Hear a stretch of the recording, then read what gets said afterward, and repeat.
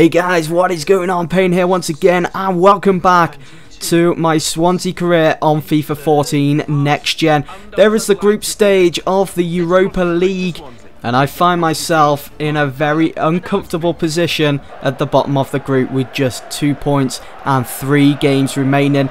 Our fourth game was to be played against Standard Liège at home. Last time out against these, we did indeed draw. So if we want to go through to the next round of the Europa League, a win was a must at the Liberty Stadium. But things went from bad to worse as Standard Liège opened up the scoring within 10 minutes gone of the game. Early start for them. They were just all over us. The pressure was being built. They managed to take that opportunity and they did it magnificently. So we had an uphill struggle. We needed to win this game. Yes, it was still early on, and I did start Boney for this game. He was going to be an important part in this one because, as you all know, I like to counter-attack. I like to swing in my crosses from the left or the right, and Boney, picking him out all day long with that massive head of his, was just going to help us increase our chances of going through to that next round. They had a great chance, Standard Liège, to make it 2-0 to extend their lead in this game. It's certainly not what we needed. Thankfully, Chico was there to come in with the sliding tackle. Michu, who I started just behind Boney. Some of you guys mentioned in previous videos in the comment section below that I should probably play Michu in the hole there, slotting in just behind Boney. So I thought I'd give it a try, see how I got on. And to be fair, yeah, I did really enjoy actually using Michu and Boney at the same time. I suppose I could use the 4-4-2 formation. Look at Zaha as well. The power behind that shot was immense. The goalkeeper unable to hold on to it, pushing it out. Unfortunately for me, the ball fell to the feet of Canas, who was just on the outside of the box there. I hate it when goals are scored like that on FIFA because the player doesn't seem as though he's composed. As he saw there, Canas, he like folded himself in half like some sort of clam and then struck the ball. Thankfully it was a goal. Yes, we was back in the game before half time, but it's just me, I just don't like it. It seems like a messy goal when you see a player fall on his back. When that happens, he just couldn't control the ball. That's the word I'm looking for. He couldn't control the ball enough, so he has to fold himself in and try to get enough power behind it.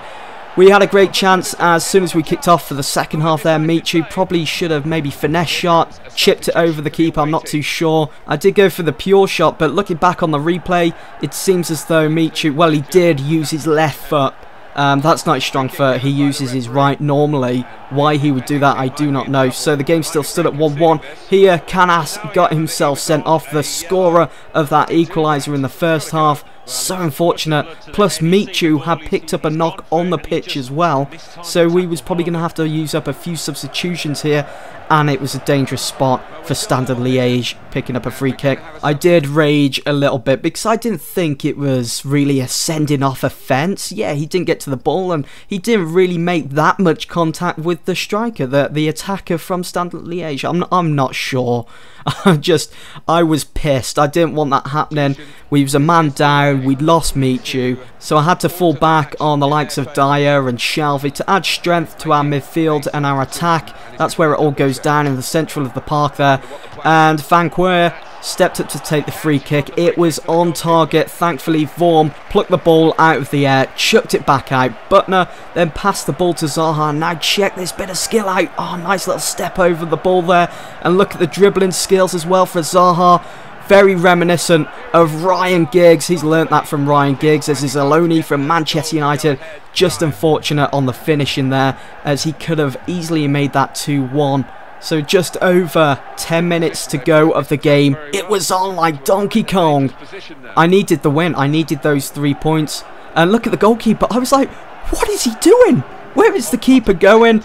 Boney forced the keeper off the ball. I think he was going to try and outclass Zaha with them dribbling skills earlier on in the game, but it didn't work out for him. Boney gave the ball to Zaha, who got his second goal. And what a finish. It was absolutely sensational. From the halfway line almost. That's the way, Zaha, I like it. Almost the halfway line. Absolutely sensational stuff. And with a talent like Zaha, England can go on and win the World Cup in the summer. Get in.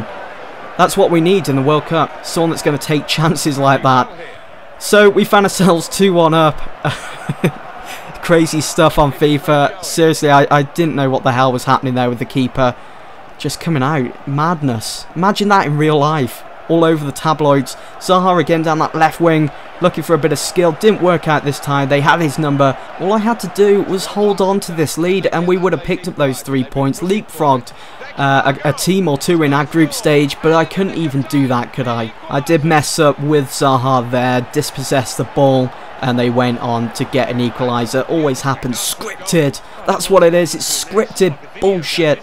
And Standard Liège made it 2-2. That's the final score. We picked up just a point. If I keep this up, we are going out of the Europa League. We managed to leapfrog Braga there into 3rd position. Yeah, we can probably still qualify as long as we can beat Freiburg and Braga in our last 2 games of the Europa League group stage. We've always got the Premier League, of course we have. There's more games to be played than the Europa League. We found ourselves 9th. Our next game was to be played against Fulham, who are just above us. If we win it and pick up the 3 points, we can go level and start focusing on climbing up the league table. We've got December coming up. It's going to be hard because of all the fixtures to be played, like 3 games in 1 week. My main focus this season was to at least get Champions League football. It can still be done. I mean, it's still pretty early on in the season where you think about it. As long as we can keep getting those good results and try and get some consistency within the team, keep that energy nice and high and not let too many bad results hinder us. Fulham, though, they do seem to be a bit of a bogey team for me when it comes to FIFA. I always have a difficult game against them for some reason. I'm not too sure what that is. Ruiz found Sidwell down the right wing. He swung in the cross and picked out their new signing, Scott Parker, perfectly. And he hit that first time into the bottom corner. 1-0 to Fulham at home at the Craven Cottage with just 6 minutes gone. Unbelievable stuff, it really is, and sometimes that can have such a huge knock-on effect with the opposition, which so happened to be this Swansea side, unfortunately. And that's happened numerous times already this season, where we've gone 1-0 down within 10 minutes, so we need to sort that out. I'm kind of looking forward to the January transfer window, as I may even loan in a couple of more players that maybe fit into that central defence, that in the back four just perfectly, and will hopefully put a stop to that. Yes, some of it is because of the way I play, and I play recklessly sometimes, and it certainly doesn't help. Take a look at that as well. Nathan Dyer, I did strike the ball, it probably would have gone wide, but thanks to that deflection from John Arnorisa, I think it was, if he hadn't have got a touch to that, it probably would have gone wide, as I say. And we would have still found ourselves 1-0 down against Fulham at the Craven Cottage.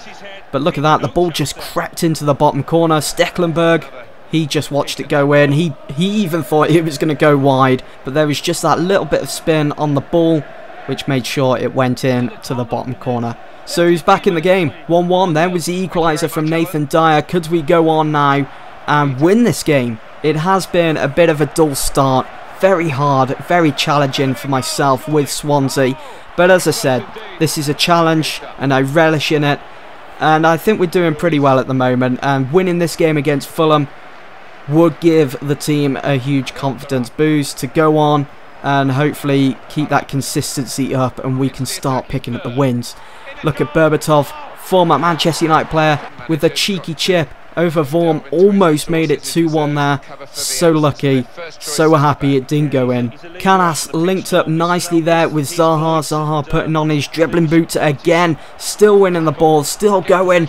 But why the hell did I chip the ball over the top of the back four? Trying to seek out Boney. Why did I do that? Because that cost us a goal. I probably could have fired that with Zaha's right boot and it probably would have been a goal. So again, making things difficult on ourselves.